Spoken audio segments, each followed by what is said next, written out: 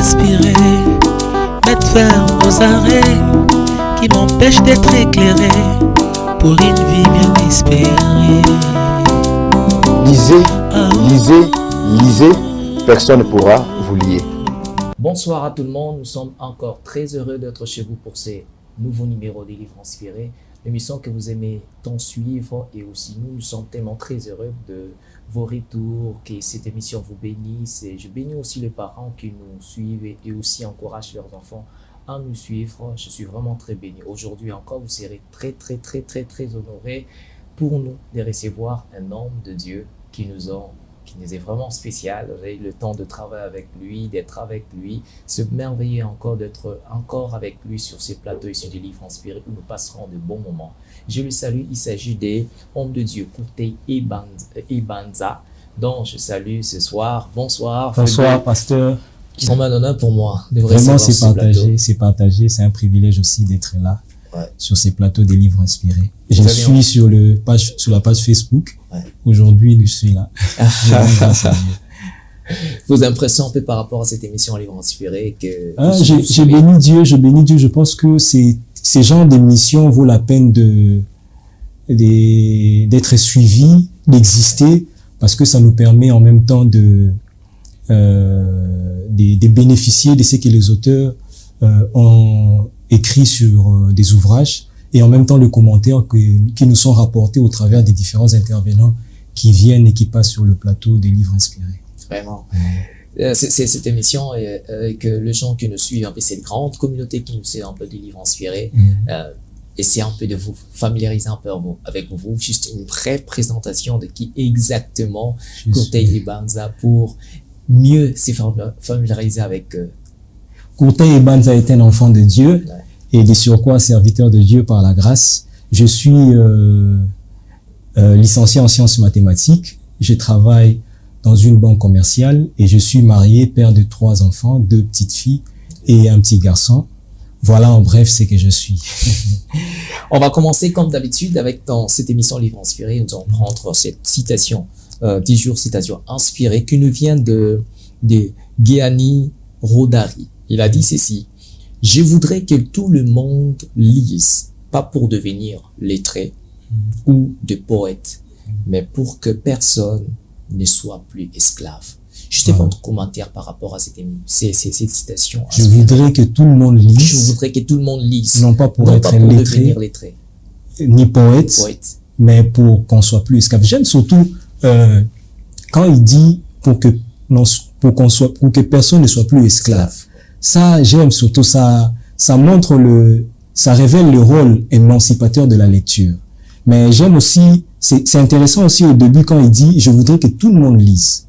Tout le monde, ça veut dire que pour Rodari, l'auteur que vous avez cité, pour Rodari, la lecture ne doit pas être quelque chose d'exclusif.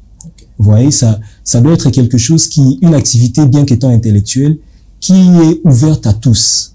Donc, n'importe qui peut lire, non pas pour des finalités esthétiques ou académiques, comme il dit, pour ne pas devenir lettré nécessairement ou devenir poète, mais pour qu'on soit plus esclave.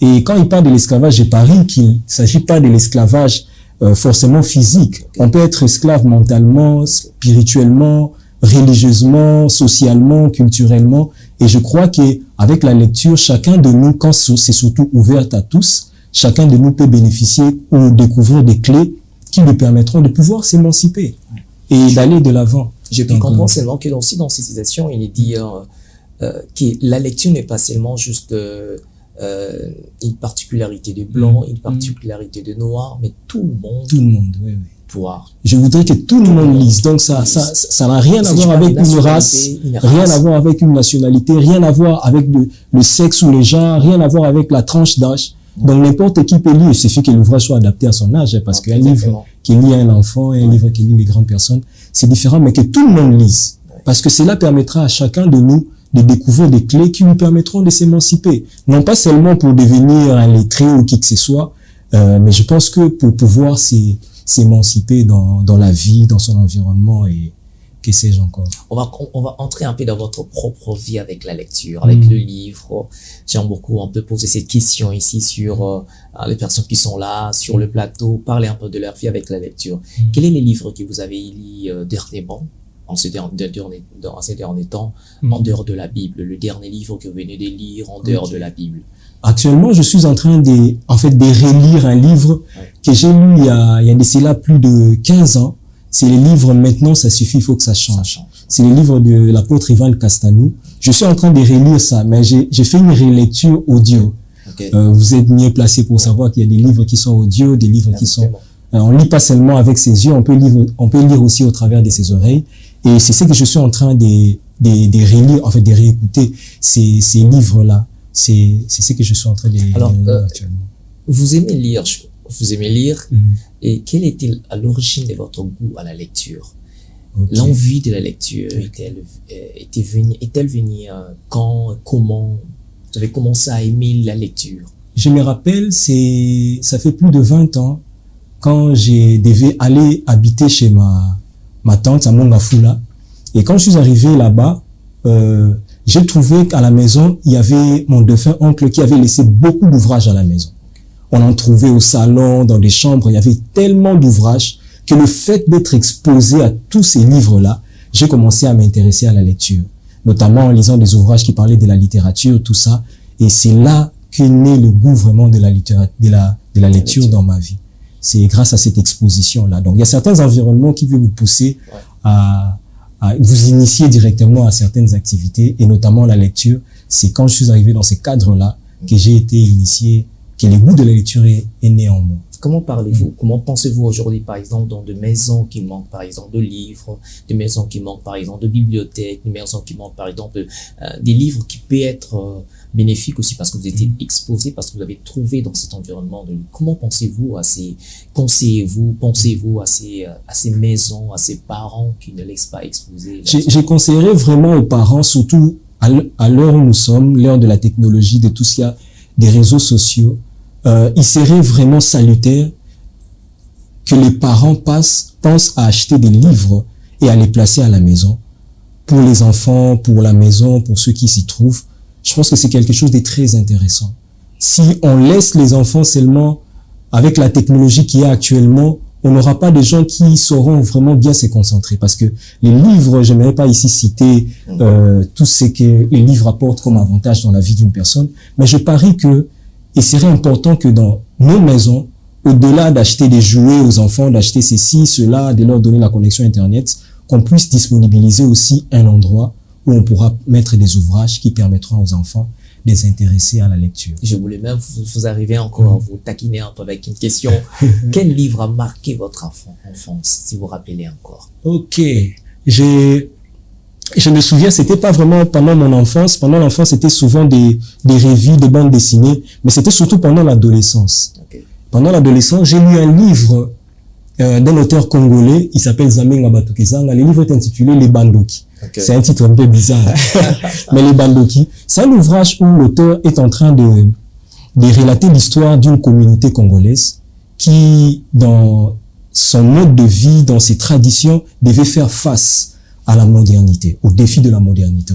Alors, ce qui m'a vraiment le plus marqué dans ces livres, c'est une phrase, une citation où l'auteur dit que une blessure causée par la parole est plus redoutable que celle qui est causée par la machette. Je vais reprendre ça. Une blessure causée par la parole est plus redoutable que celle qui est causée par la machette. Vous savez, on peut frapper quelqu'un avec une machette et emporter même sa main. Il devient manchot, mais la personne peut toutefois arriver à accomplir sa destinée. Tout en étant manchot, on en voit aujourd'hui. Mais quand quelqu'un est blessé par la parole, c'est son âme qui est touchée. Et quand l'âme est touchée, c'est le siège des sentiments, des émotions, de l'intelligence. Quelqu'un aura du mal à atteindre sa destinée. Il a tous les membres, mais tellement que la partie centrale de sa vie, son âme, est touchée, il aura du mal à accomplir sa destinée. Et ça m'a marqué cette phrase, qu'une blessure qui est causée par la parole est plus redoutable que celle qui est causée par la machette. Jusqu'aujourd'hui, j'ai gardé ça. Je suis en train d'ailleurs d'écrire un livre dans ce sens. Et c'est resté comme ça. Je n'ai jamais oublié cette phrase-là. Et j'ai gardé ça dans ma vie. Et ça bénit votre vie. Ça bénit ma vie. Oh, j'imagine un peu seulement que si vous exposez vos enfants à cette atmosphère de livre, à cet environnement de livre, et qu'ils puissent découvrir aussi, par exemple, une seule phrase dans un livre, une seule citation dans un livre qui peut bénir, changer leur destinée. Aujourd'hui, nous allons commencer avec ces thèmes de notre émission d'aujourd'hui. Le thème, c'est l'éducation l'éducation de base élève une famille, une église et une nation. L'éducation de base élève une famille, une église et une nation. La toute première question sur ce thème ici, j'aimerais d'abord que nous puissions commencer d'abord à mettre de fondements sur savoir un peu qu'est-ce qu'est réellement l'éducation de base et quel est le but principal de cette éducation de base. L'éducation de base, c'est un ensemble. C'est un ensemble d'apprentissages fondamentaux qu'un individu reçoit dès l'enfance pour développer des compétences essentielles à la vie. Donc, un ensemble d'apprentissages fondamentaux, c'est-à-dire élémentaires, basiques, parce qu'on parle de l'éducation des bases, qu'un individu acquiert déjà depuis son enfance, dans sa jeunesse.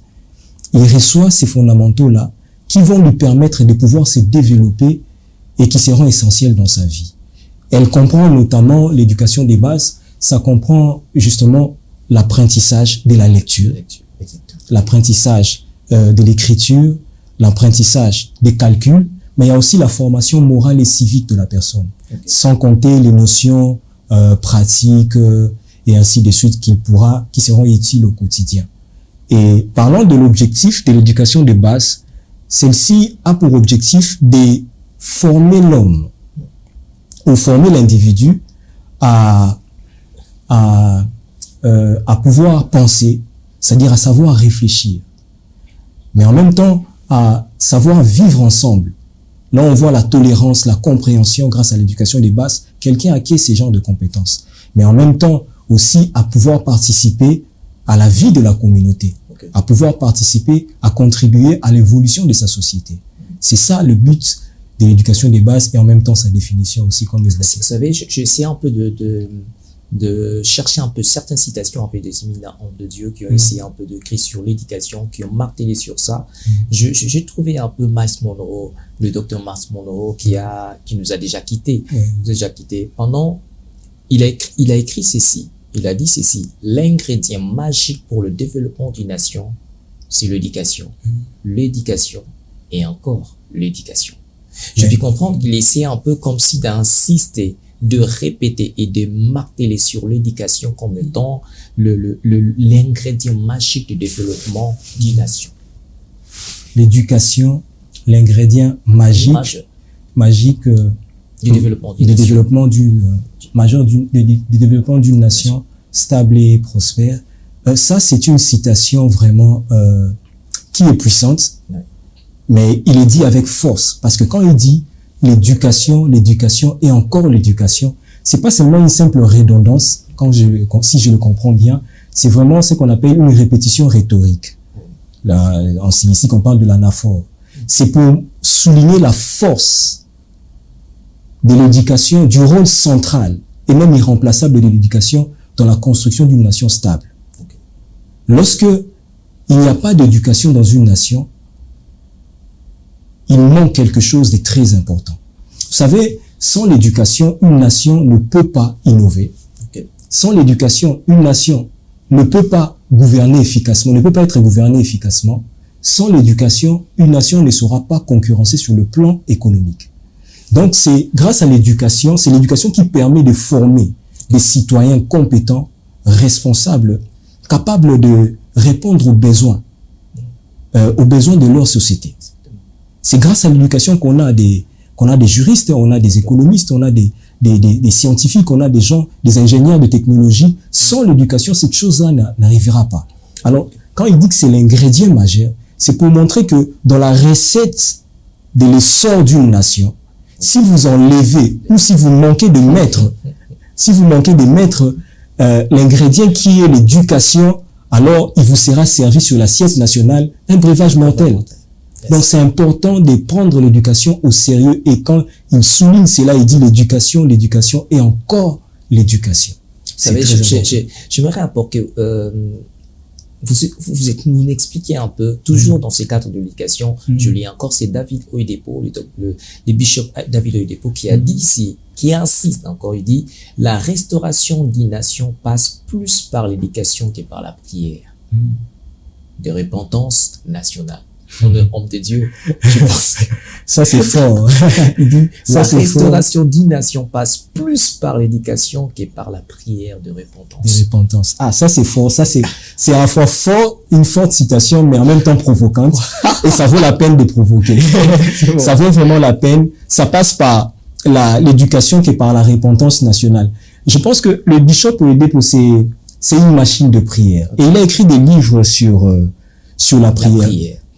J'ai lu des livres, certains de ces livres, il y a la prière gagnante, je crois, si je me trompe pas, si j'ai encore une bonne mémoire. Et ici, il n'est pas en train de dénigrer la prière, contrairement à ce que d'aucuns pourraient penser. Il n'est pas en train de dénigrer la prière. En fait, il est en train de nous montrer, je pense, que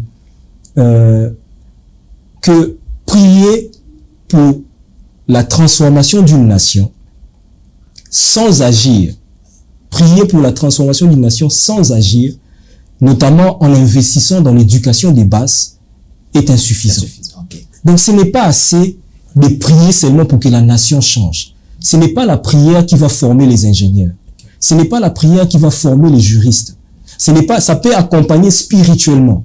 Mais il y a une action consécutive qui doit être accomplie. Et cette action consécutive consiste à investir dans l'éducation, dans le système éducatif de la nation, pour amener, évidemment, la transformation de la nation. C'est la raison pour laquelle il dit que la repentance nationale ne suffira pas pour amener la transformation. Il faut amener l'éducation. Il faut investir dans l'éducation.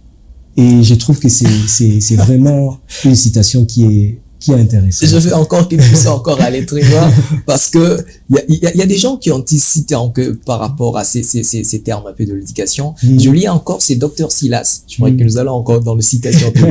C'est le Dr Silas qui a écrit ceci. Une société dans laquelle le jeune n'ont pas reçu l'éducation va directement à la dérive. Je me suis posé cette question. Pourquoi l'éducation est-elle importante dans l'élévation d'une nation, d'une famille ou d'une église? Pourquoi l'éducation? Comment on insiste sur l'éducation? Comme il est en train de dire, une société dans laquelle les jeunes n'ont pas reçu l'éducation va directement à la dérive. Lui, d'ailleurs, c'est de l'euphémisme quand il dit ça va à la dérive. Pour moi, je considère que c'est déjà dans la dérive. Oui. Quand il n'y a pas d'éducation, il suffit de regarder un environnement où l'éducation fait défaut. Vous allez voir qu'il y a une image du chaos. Vous pouvez entrevoir le chaos. Donc, c'est inconcevable de regarder la jeunesse et de constater qu'ici, il n'y a pas d'éducation. C'est suicidaire parce que l'avenir est menacé. Grâce à l'éducation, la jeunesse sera formée. La jeunesse va prendre la relève avec des compétences. La jeunesse sera préparée à relever les défis de demain. Et s'il n'y a pas d'éducation, on parle de la dérive, mais moi je dirais qu'on est déjà dans la dérive. On a déjà entamé la voie de la dérive. Alors c'est important de former la jeunesse. Et sous d'autres cieux, vous pouvez regarder, j'ai suivi quand même quelques documentaires sur les systèmes éducatifs au monde. Et parmi les meilleurs, on en trouve en Asie, c'est vrai en Europe aussi, mais j'ai vu la manière dont ces gens-là considèrent l'éducation lors des examens d'État. Chez eux, ils ont le bac, tout ça, ainsi de suite. En Corée, quand il y a l'épreuve des examens d'État, comme on le dit chez nous, là-bas en Corée, les véhicules ne circulent presque pas. Les parents sont devant les centres où se déroulent les épreuves. Ils sont là en train d'attendre les enfants pour leur demander comment ça s'est passé.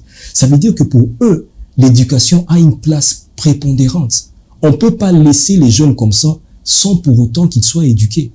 Et c'est pourquoi il est en train de dire ici, une nation, une jeunesse qui n'est pas éduquée va à la dérive. Et ce n'est pas seulement la jeunesse qui va à la dérive, c'est l'avenir de la nation qui est déjà en dérive. Qui est déjà en dérive. Je vais plus loin encore, allons-y encore, toujours avec les citations. il y a Nelson Mandela, maintenant, qui est en train de dire par rapport à l'éducation, il dit ceci, l'éducation est l'arme la plus puissante pour changer le monde. lui touche maintenant le monde. L'arme la plus puissante pour changer le monde. Et encore le docteur Silas qui ajoute encore une chose, il dit, détruisez l'école d'une nation et vous n'aurez plus besoin de faire la guerre pour la coloniser. C'est terrible. Commençons par les premiers. Il dit, l'éducation est l'arme la plus puissante pour changer le monde. Ça, il est en train de souligner vraiment le rôle transformateur, le pouvoir d'ailleurs transformateur de l'éducation. C'est l'arme la plus puissante. Vous savez, le président Nelson Mandela a connu l'apartheid, vous le savez mieux que moi, ces systèmes d'oppression raciale qu'il y avait en Afrique du Sud. Il a connu cela et il a sûrement observé que l'ignorance pouvait profiter aux colons, aux dominateurs, d'installer la division, d'établir l'oppression, la domination, la colonisation. Et il a estimé pour lui que l'éducation serait le moyen le plus efficace de gagner une bataille, de gagner une lutte, de gagner un combat sans violence, sans les armes, seulement par la conscience et la connaissance. Donc pour Nelson Mandela, il estime que l'éducation doit être cette arme-là qui va permettre justement à une nation de pouvoir s'émanciper de toutes sortes de soumissions qui lui est imposées. Donc c'est pourquoi il dit que l'éducation c'est l'arme la plus puissante. Ça ne sert à rien de ces miniers, de ceci, de cela pour se revendiquer. Mais je pense qu'un peuple qui est vraiment bien éduqué, qui est instruit, qui est bien formé, saura lui-même concevoir un système de défense, un système d'indépendance, un système qui lui permettra de pouvoir s'émanciper de toute forme d'oppression, toute forme de soumission qui lui viennent de l'extérieur. Et c'est que le docteur Silas va encore plus loin pour marteler dit détruisez l'école d'une nation et vous n'aurez plus besoin de faire la guerre pour la colonisation. Ça vraiment, je dois lever les verres pour dire. Pourquoi j'enlève le verre, c'est justement parce que quand il dit détruisez l'école et vous n'aurez plus besoin de faire la guerre pour coloniser une nation, je pense que ça, c'est une interpellation et une mise en garde puissante et sérieuse que nous devons prendre en compte. Une interpellation par rapport à quoi? Une interpellation par rapport au danger de l'ignorance organisée. On veut maintenir un peuple dans l'ignorance pour pouvoir dominer sur lui. Qu'est-ce qu'on fait? On détruit l'école. Pourquoi? Parce que l'école, c'est le bouclier de la nation. L'école, c'est la première ligne de défense d'une nation. Et l'école, ce n'est pas seulement un endroit où on va pour apprendre, mais c'est aussi un lieu où on forme la conscience nationale. C'est un lieu où l'on forme les sens critiques. C'est un lieu où l'on forme les gens à créer, à résister. C'est un endroit où on façonne les gens, du point de vue moral, du point de vue civique. Et quand on détruit l'école d'une nation, on est en train d'affaiblir la capacité intellectuelle et morale de cette nation-là. Vous voyez? Et ainsi, les forces étrangères, les nations étrangères peuvent exploiter ces richesses, imposer leur mode de vie, amener leurs produits, leurs lois, et la nation est à la merci de n'importe qui. C'est pourquoi il dit détruisez une nation et voilà, vous n'aurez pas besoin d'armes pour lui faire la guerre. Donc je pense que cette citation nous invite tous ceux qui suivent cette émission, ça nous invite tous à pouvoir protéger l'école, à renforcer les systèmes éducatifs et en même temps à valoriser cela pour pouvoir lutter contre ces types d'inventions qui peuvent venir de l'extérieur. L'éducation, une arme puissante. L'éducation, une arme puissante. Sans dans notre rubrique à lire les différents livres que nous avons à éditer dans notre maison d'édition, livres inspirés. Comme je dis souvent que Livre Inspiré n'a pas seulement deux missions Livre Inspiré, c'est aussi une maison d'édition. Nous éditons aussi des livres. Vous allez voir, il y a des livres, par exemple, que nous avons à éditer, c'est Les choix s'imposent, que nous avons nous-mêmes à écrire.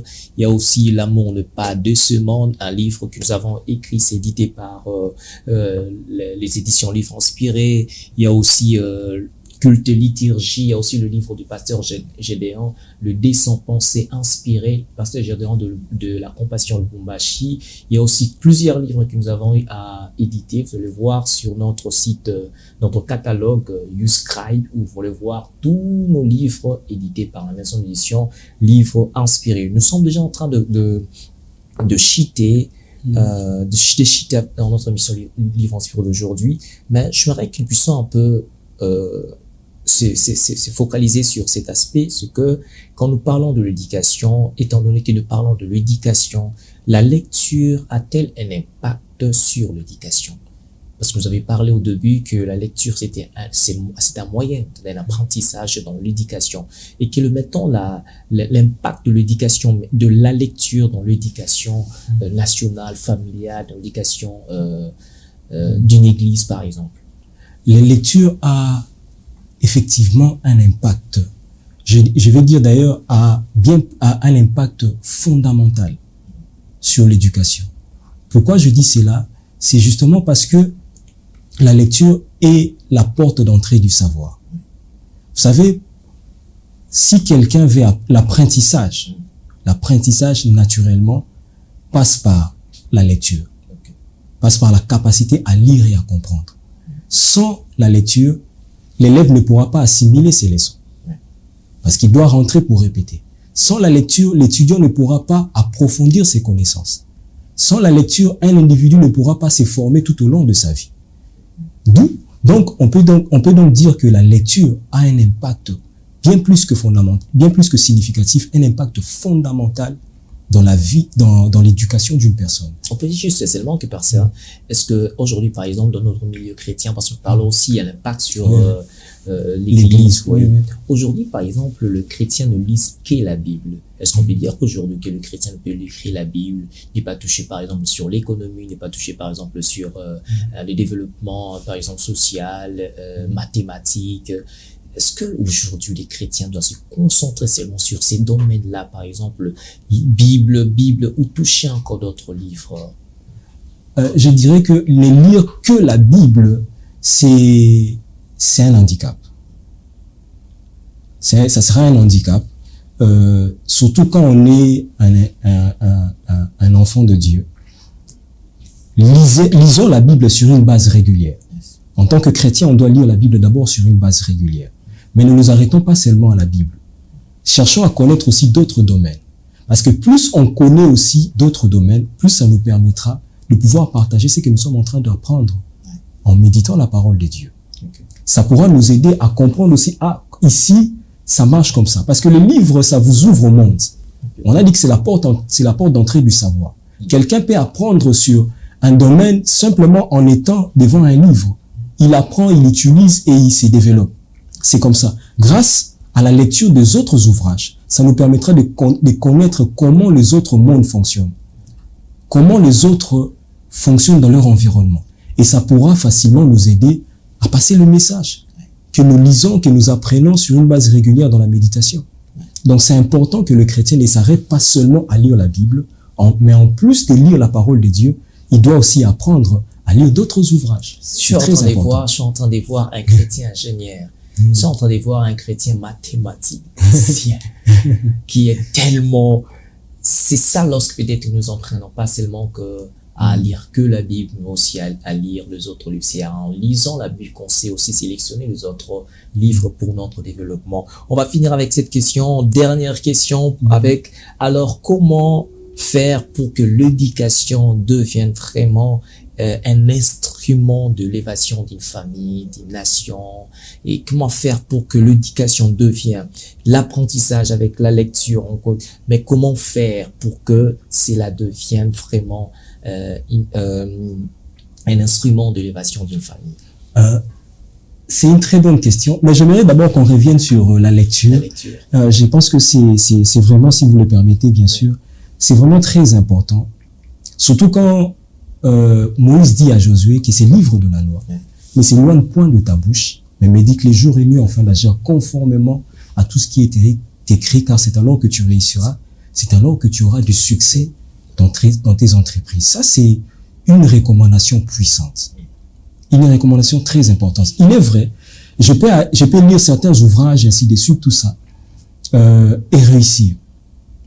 Mais en même temps, c'est aussi vrai que quelqu'un peut réussir, quelqu'un peut avoir du succès sans lire a priori. Ça peut arriver. Mais je pense que c'est lui qui lit, c'est lui qui est un bon lecteur, réussira mieux. C'est lui qui est un bon lecteur, aura du succès mieux que celui qui n'est pas un bon lecteur. On peut dire qu'il y a réussir et réussir. Il y a réussir et réussir.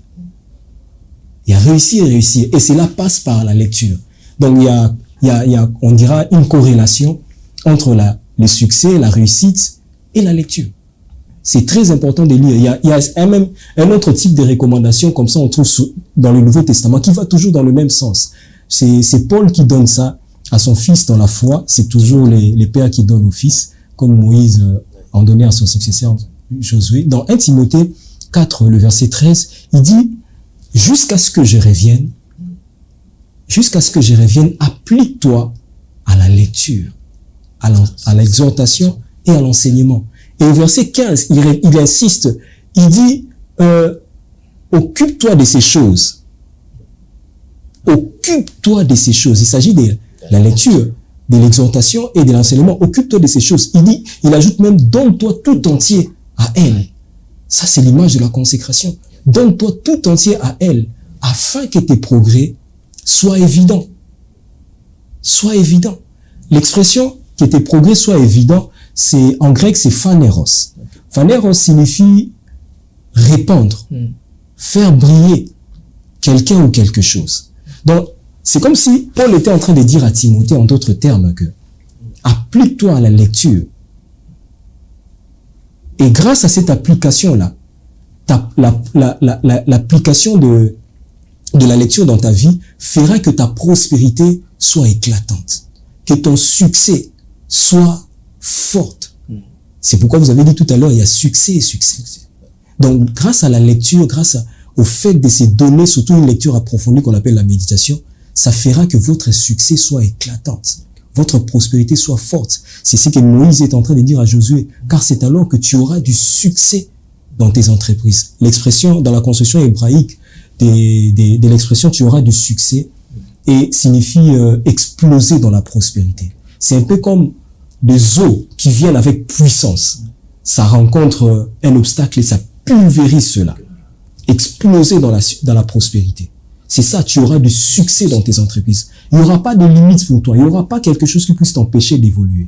C'est ça, la recommandation. C'est important que l'on lise, c'est important qu'on apprenne, c'est important qu'on ait le savoir et c'est vraiment important. S'il faut revenir à la question, la dernière question que vous avez dit, comment faire pour que l'éducation de base devienne nécessairement un instrument d'élévation d'une nation. D'élévation d'une nation. Moi, je donnerais un conseil simple pour que l'éducation devienne le levier. On peut dire ça comme ça, le levier d'une famille, d'une église et de la nation. Il faut qu'on fasse de cela une priorité nationale, réelle, pas seulement politique. Pour que l'éducation devienne vraiment un levier pour nos familles, pour nos églises et pour notre nation, on doit faire de l'éducation une priorité nationale, réelle, et pas seulement politique. Vous savez, si l'éducation est seulement une priorité politique, les choses seront faites en fonction d'un bilan qu'on va présenter plus tard. Exactement. Ça sera fait en fonction d'un bilan qu'on doit défendre après un exercice de mandat. Mais si l'éducation devient vraiment une priorité nationale réelle, là, les générations à venir vont nous bénir. Ils vont bénir Dieu pour notre existence. Vous voyez, c'est le conseil que je peux donner. C'est tellement été impressionnant de passer à je pense que cette émission ici doit être suivie par tout le monde. Aussi, il faut de comprendre que comment l'éducation de base doit être un levier de développement d'une nation, d'une famille et même aussi d'une église. Même aussi dans nos églises, nous devons vraiment comprendre, mettre de sorte que l'éducation devienne vraiment je peux dire, le poumon de notre développement. Mais aussi, on a cité bien, ça soit être notre priorité. Puis bon, on est déjà à la fin de notre mission, juste votre mot de la fin. Vous pouvez résumer ce qu'on a à dire ici en un mot. Que dire pour terminer? Je dirais que si nous rêvons d'une nation forte et développée, alors nous devons commencer à faire de notre système éducatif un impératif réel. Si nous voulons avoir une nation forte, une nation stable, une nation prospère, une nation émergente, nous devons commencer par faire de notre système éducatif un impératif. Cela est très important. Pourquoi? Parce que ni les richesses, ni la prière, ni les discours ne pourront remplacer un esprit éclairé par une éducation adéquate. Toutes ces choses sont bonnes, mais ça ne pourra jamais remplacer un esprit qui est éclairé par une éducation qui est adéquate. Donc c'est ça le mot de la fin.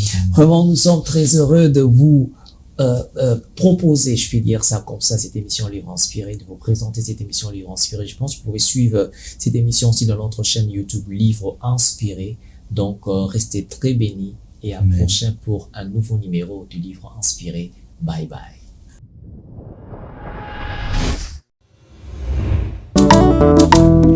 Livres inspirés mettent fin aux arrêts qui m'empêchent d'être éclairé pour une vie bien espérée. Lisez, lisez, lisez, personne ne pourra vous lier.